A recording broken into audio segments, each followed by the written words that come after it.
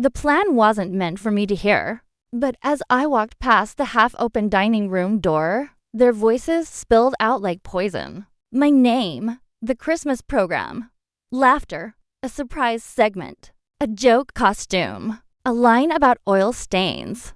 My family rehearsed humiliating me like a performance, each beat sharper than the last. I froze, holding the gift I'd wrapped for them, feeling the heat of the lights and the cold of the tile under my boots. Hours later, Mom called, her voice shaking. "Where are you?" I didn't answer, because by then, the real surprise was already on its way. What my family didn't know was that for years, I'd been their landlord, and the Christmas gift I sent them wasn't wrapped in paper.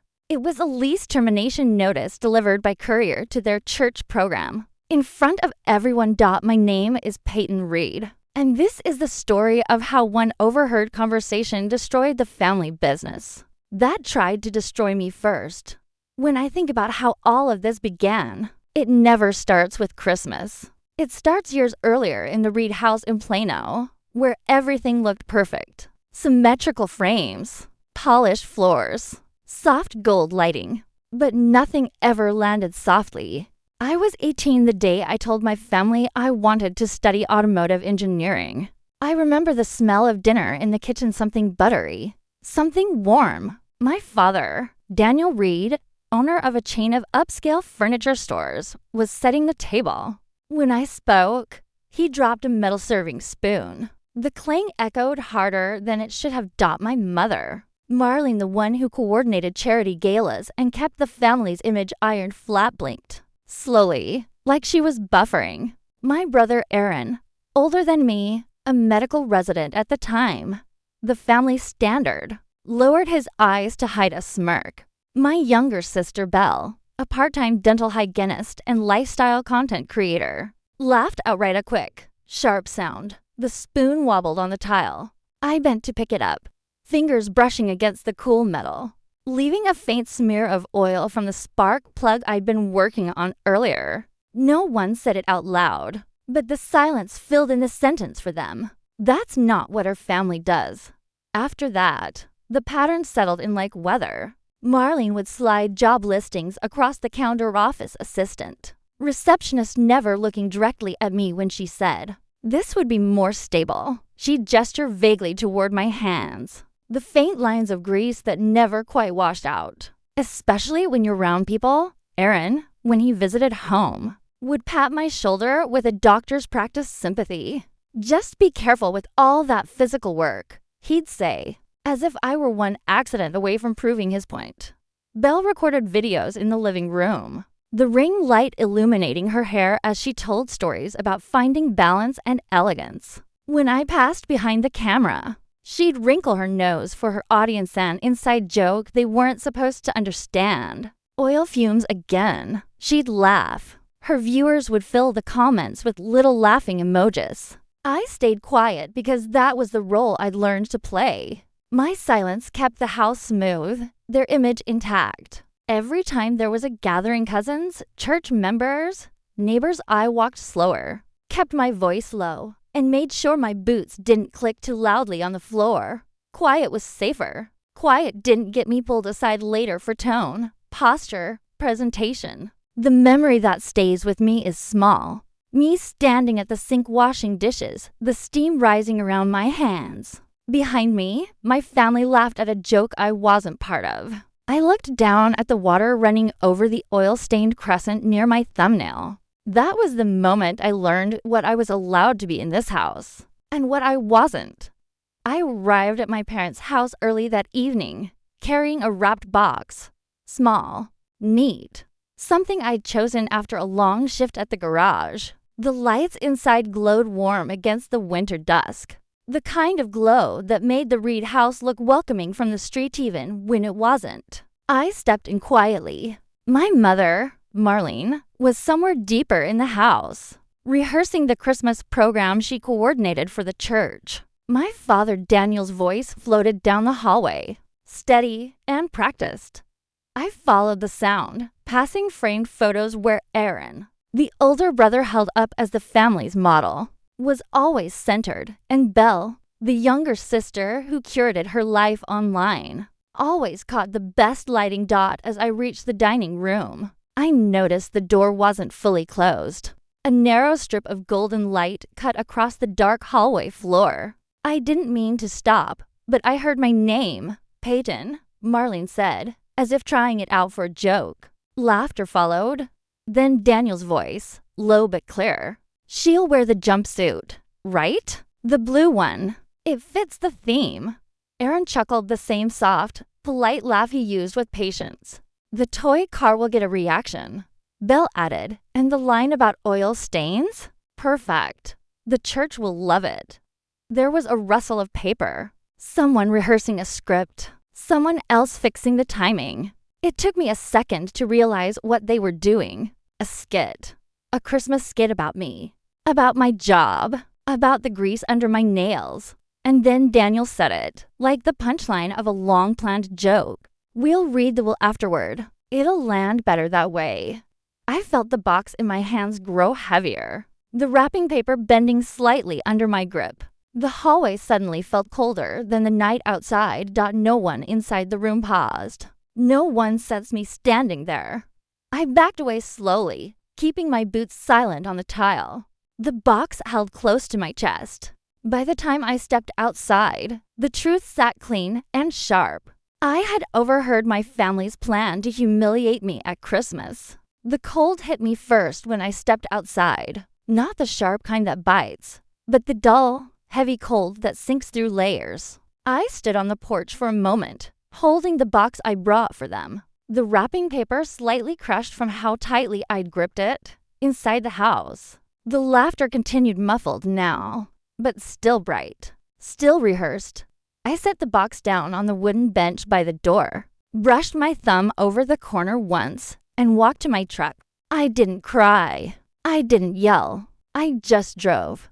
The neighborhood lights blurred as I turned toward the highway. My phone buzzed twice texts from my mom's event group chat probably, but I ignored them. The only place open at that hour, and the only place that felt neutral, was a 24/7 gas station off the main road. Its neon lights were harsh, buzzing. The pavement slick with a thin layer of frost. I pulled into a corner spot, turned off the engine, and let the silence settle. My hands rested on the steering wheel for several seconds. The faint smell of motor oil rising from the microfiber cloth tucked in my jacket pocket. That cloth had followed me through years of shifts at the garage, late night emergency call-ins, long drives home. For the first time, I was grateful for its smell. It grounded me. I reached for my phone and called Nora Patel, my closest friend and my CPA. Nora had been with me since I opened the garage at 21. She knew my family's patterns, understood the silence I'd carried into adulthood. When she answered, her voice was steady like always. "You okay?" she asked. I didn't answer that. Instead, I said, "Can you check the lease folder for the LLC?" My voice surprised even myself flat, steady, almost businesslike. There was a pause as Nora clicked through her files. I watched the neon lights flicker on the wet concrete. "Okay," she said. "Got it." "Why?" "Just open it." I heard her scrolling, then stopping, then scrolling again. "Peyton, are you sitting down? I'm in my truck." "You need to look at this," she said. "Right now." I opened the folder on my own phone, something I rarely did after hours, and the document list appeared. Payments, lease agreements, notices, ownership forms. My stomach tightened. I clicked the lease for the commercial property in Plano. The property my father's flagship furniture showroom was housed in. The one he bragged about every Christmas, every Thanksgiving, every fundraiser. The pride of Daniel Reed. The tenant name blinked back at me. His LLC. The landlord name blinked back at me too. Mine. Not my personal name. My real estate LLC. The one Nora helped me set up when I was 25. The one I'd used to invest in small industrial lots around Dallas. I knew I owned the property. Of course I did. But I had never connected it emotionally to them. Not until that moment.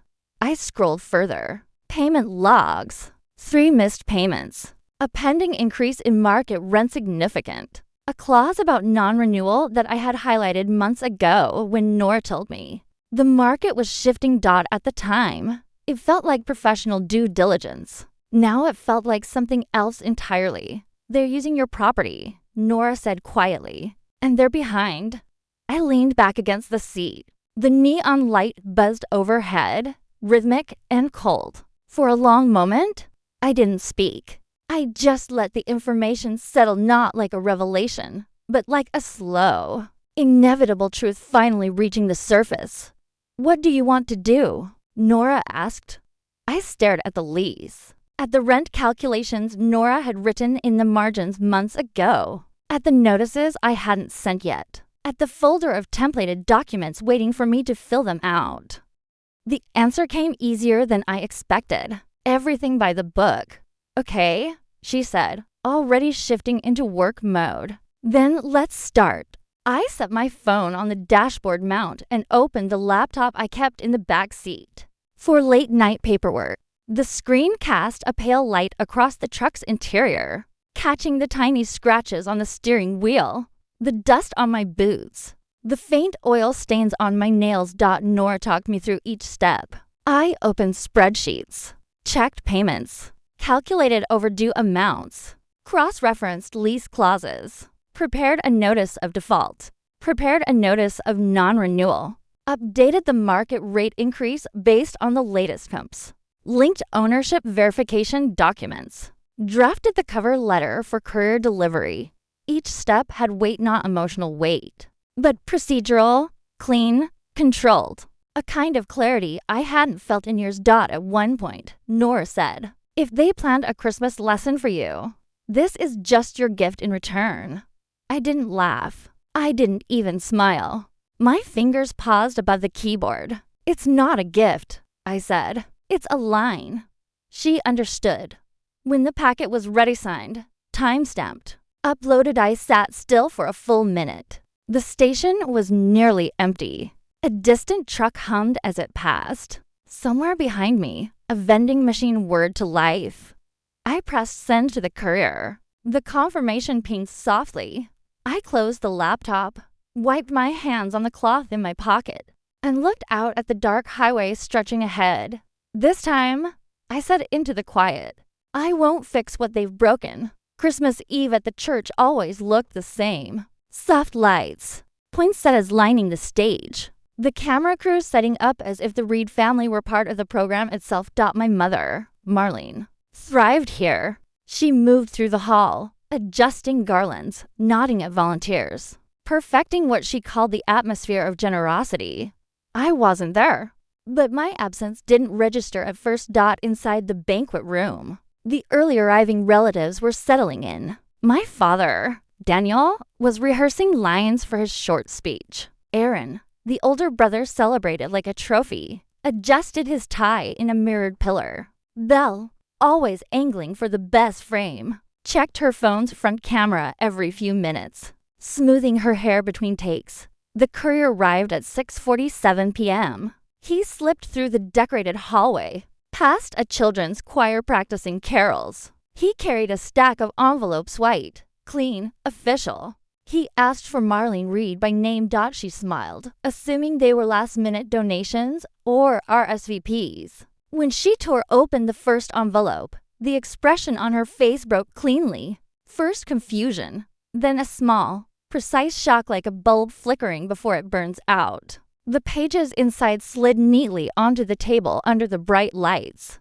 Notice of default, notice of non-renewal, revised market rent, payment ledgers, ownership records listing landlord, Peyton Reed. Her hand trembled. Paper rustled as she flipped pages too quickly. Daniel stepped closer. What is that? Marlene didn't answer. Aaron took one page to read. His jaw tightened. Mom, this is the showroom lease. Belle leaned over his shoulder, eyes widening. Wait, Peyton owns the building. The pastor, standing at the doorway, quietly stopped giving instructions to the camera crew. Someone dimmed the stage lights. Even the murmurs from the children's choir seemed to fade. One of my aunts whispered, Why would Peyton send this tonight? Marlene's voice finally returned thin, unsteady. No, this has to be a mistake. She wouldn't. She doesn't. But the bottom of the ownership record still read the same. Landlord, Peyton Reed. Not her mechanic daughter. Her silent daughter. Her invisible daughter. The one she tried to turn into a seasonal joke dot at 7:02 p.m. Daniel tried calling me. When I didn't answer, Marlene grabbed her phone. Her earrings shook with the force of her movement. She stepped out of the banquet room. Pressing the phone hard against her ear dot, the first call went to voicemail. The second too. On the third, I answered. I was standing outside the cabin in Colorado. Snow drifting across the porch. I could hear her breath before her voice ragged, thin, frantic. Where are you? She demanded. Behind her, I could hear chairs scraping, relatives whispering, the distant edge of someone crying. She wasn't asking because she cared. She was asking because her perfect program had cracked, and she needed me to help her seal the edges before anyone else noticed. The snow collected along the railing as I watched flakes settle on my gloves. Nora was inside, chopping vegetables, humming softly. The cabin was warm, but the cold air felt cleaner. I didn't answer her question. Instead, I said slowly, evenly, "Did you enjoy my gift?" The silence on her end wasn't dramatic. It was worse. Small. Stunned. Collapsing inward. A silence that recognized, maybe for the first time, that I had stopped orbiting them. Peyton, she tried again. Softer now. Almost pleading. But the wind shifted, and her voice thinned out into static. "I won't discuss this tonight," I said. "All communication can go through the LLC inbox." Her breath caught. "You can't." I already did.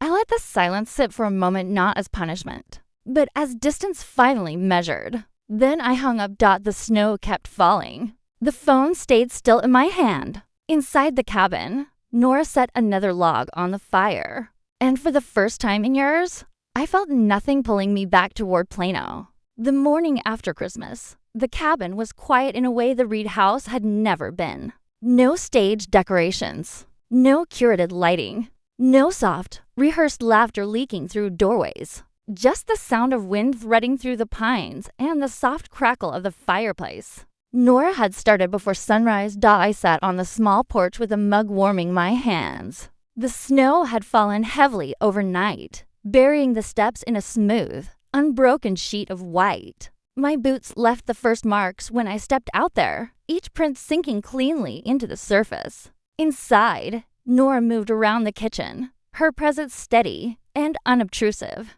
She didn't ask about the call or the documents or the fallout. She knew better than anyone that silence could be a kind of shelter. I checked my email only once. A message from Daniel, my father, sat at the top. Short. No greeting. No scolding.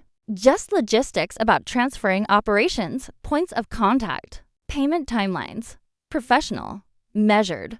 The kind of email he would send a vendor or a landlord. For the first time, he was speaking to me in the role I had built for myself. I replied in the same tone. Short. Clean. Boundaried. Then I closed the inbox. The rest of the morning passed in small movements. I swept snow from the railing, brought in firewood, tightened a loose hinge on the cabin door. It felt good to fix something where the repair didn't cost me pieces of myself. When the sun rose higher, the light shifted across the clearing, catching on the thin crescent of oil that stained my thumbnail still there from the night. I left the house. In Plano, it had been the punchline. Out here, it was just a mark of the work I'd chosen. I stayed on the porch until the cold pressed gently at my fingertips, and the air steadied in my lungs. There was no rush to return, no expectation to meet, no version of myself I had to shrink into. Just the snow, just the quiet, just the space to finally breathe. Boundaries aren't punishment. They're the quiet shape of what you refuse to carry anymore. Standing on that porch, watching the snow erase every footprint behind me, I understood something simple. Distance can be a form of respect both given and taken. If stories like this stay with you, if they echo something you've lived or something you're still trying to leave behind, stay close to this channel. There are more truths to tell and more silences worth breaking. Share your story in the comments below and subscribe so you don't miss the next one. Because your voice matters. And someone out there needs to hear that choosing yourself isn't betrayal. It's freedom.